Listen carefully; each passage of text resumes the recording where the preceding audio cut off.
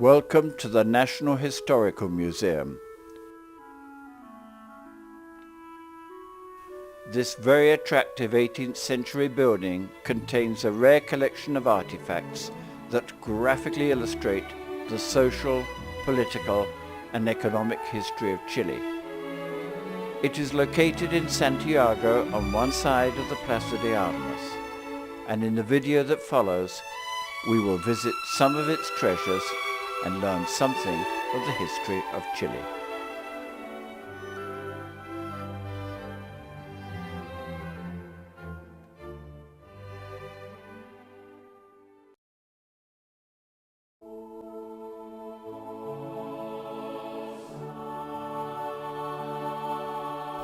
El Capitán Don Pedro de Valdivia arrived in the summer of 1541 on the banks of the river Mapocho with his small contingent after an arduous journey crossing the Atacama Desert and founded the city of Santiago. In a letter to the King of Spain, Carlos V, he said he chose this location because of its excellent climate, abundance of water and firewood, and its fertile soil. This monumental painting by the Chilean master Pedro Lera shows the conquistadors on top of what we now know as Cerro Santa Lucia, with Pedro de Valdivia indicating where the city should be located. In a broad sweep of the canvas, he creates not only a carefully observed and detailed landscape, but also a collection of sympathetic studies of Pedro de Valdivia, his companions in arms, a Cistercian monk, and the local indigenous tribal warriors. There is, however, a curious omission. Nowhere to be found is the beautiful Spanish widow, Doña Inés Suárez, the close companion to Pedro de Valdivia throughout the journey, but who also, later, in his absence, heroically led the Spaniards in the defense of Santiago from attacking tribes. However, visitors to the museum need not be disappointed, as a later painting by Manuel Ortega graphically depicts this bloody event.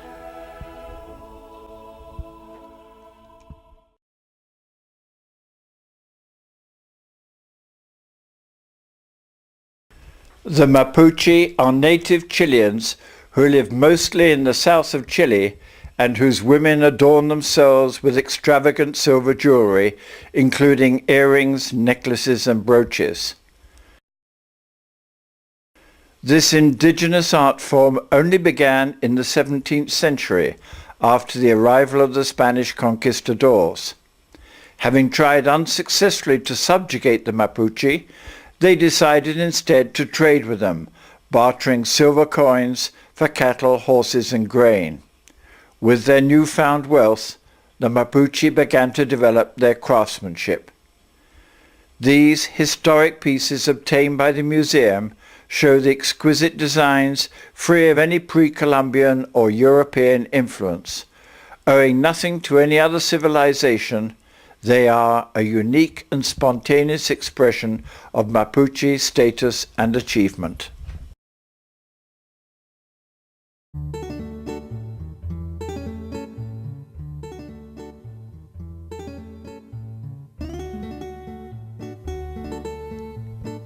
As one enters the museum, there are a series of interlinked rooms on the ground floor, which are most attractively furnished in the colonial style, with paintings and other objets d'art, including a magnificent model galleon.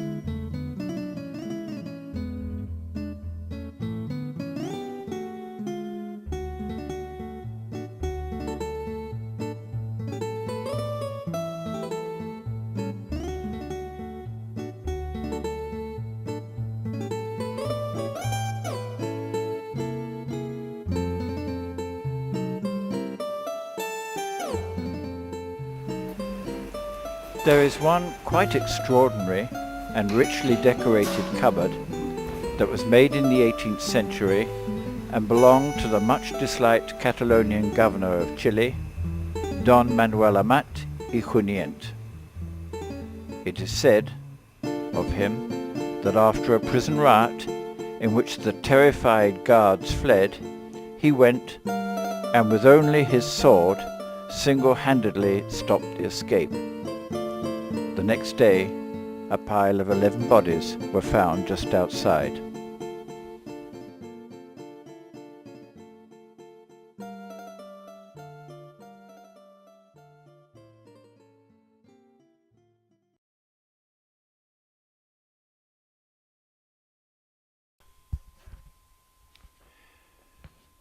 During the long and bloody series of battles that Chile was fighting to secure its independence from Spain, one man distinguished himself for his incredible courage and inspiring leadership.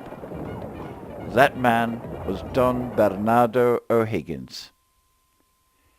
His father was Ambrose O'Higgins, an Irish adventurer who became Spain's viceroy in Peru.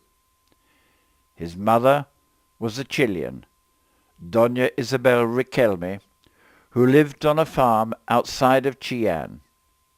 After the Battle of Chacabuco, Don Bernardo was named head of state, as well as the armed forces. For the next 6 years in office, he continued the fight to rid Chile of Spanish forces and begin the process of building an independent nation. However, over time, many prominent citizens became increasingly perturbed with his progressive methods, and in 1823, to avoid a possible civil war, he reluctantly agreed to abdicate.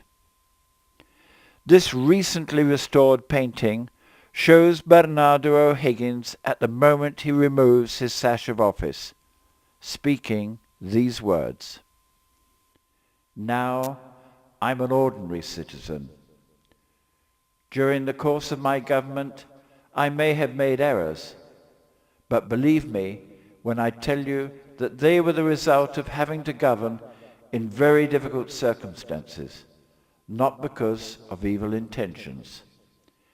I am ready to answer any accusations that you may make, and if you feel that I have willfully caused damage which can only be atoned with my blood, then take the revenge you desire.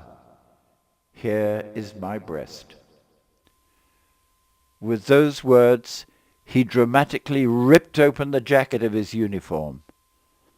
But instead of a bullet, there was a loud cry, "Viva O'Higgins! Viva Chile!" In 1830, the Minister of State Diego Portales commissioned a talented and hard-working French scientist called Claude Gay to travel throughout Chile and carry out an exhaustive survey of all its animals, plants and minerals, complete with data and illustrations. He also wanted a geographic study with maps and plans of major towns, ports and rivers. This monumental task was completed by Claude Gay with the publication of the 24 volumes of La Historia Física and Política de Chile, plus 2 atlases. Claude Gay returned to France, but 2 years later he published a beautiful collection of illustrations of Chile and its people, including some lithographs by the famous itinerant German artist Maurice Rugendas. Many of these pictures form part of the museum's own collection. It's quite possible, however, that in his later years he would have put on a magic lantern show of his visit to Chile, accompanied by the music of a calliope, just as we show slides to our friends when we return from an overseas vacation. If he did, perhaps it was like this.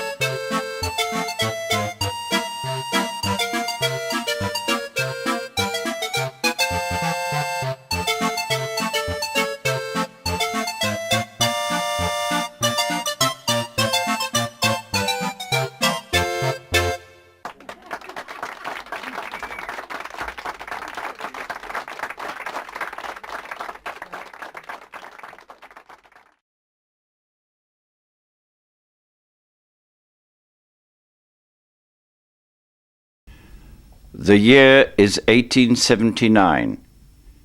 Chile is at war with its two northern neighbors, Bolivia and Peru.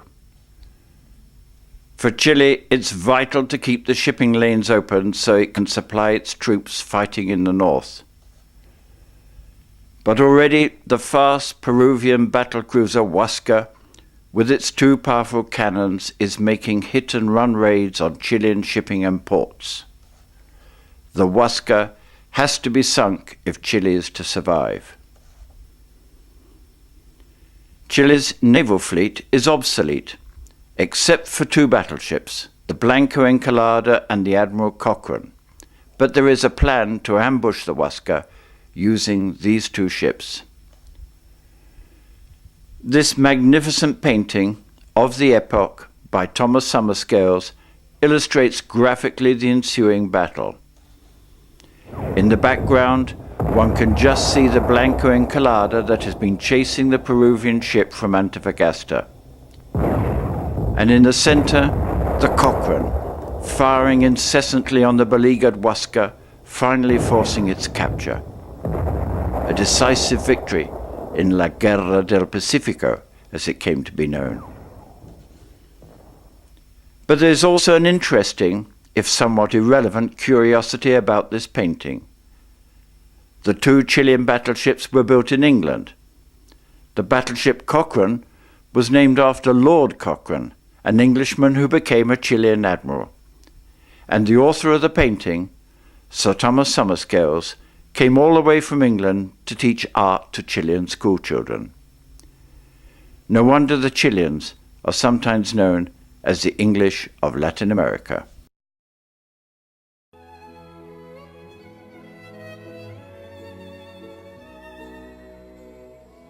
"100 years ago, Chile's chief export was not copper, but nitrate.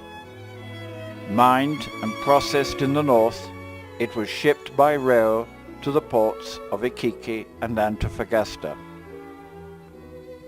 In 1890, Colonel John North, the English nitrate magnate, made an official visit to Chile to inspect his holdings of nitrate and to negotiate with the government of President Balmaceda that was threatening to end his monopoly. He was accompanied in this visit by Melton Prior, correspondent and resident artist for the Illustrated London News. His remarkable sketches provided readers the other side of the world with a pictorial account not only of news and events, but also of the lifestyles of a foreign country. Preserved by the museum, these graphic illustrations underline the changes both in fashion and in traffic. But the vivid contrast between urban and rural life in Chile still remains today and can be enjoyed and appreciated by visitors to Chile, just as it obviously was by Melton Prior 100 years ago.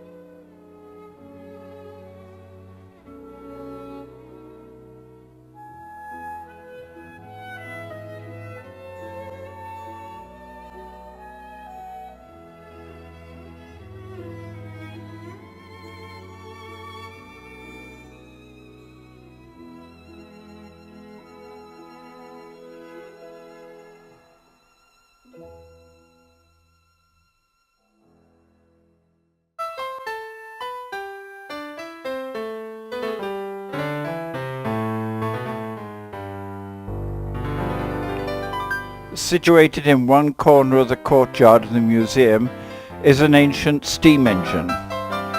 Imported from England at the turn of the century, they were used to exploit the indiscriminate cutting of Chile's national forests for the production of railway sleepers. To end this brief tour of the museum, we take you back in time to show you an old movie of a working machine.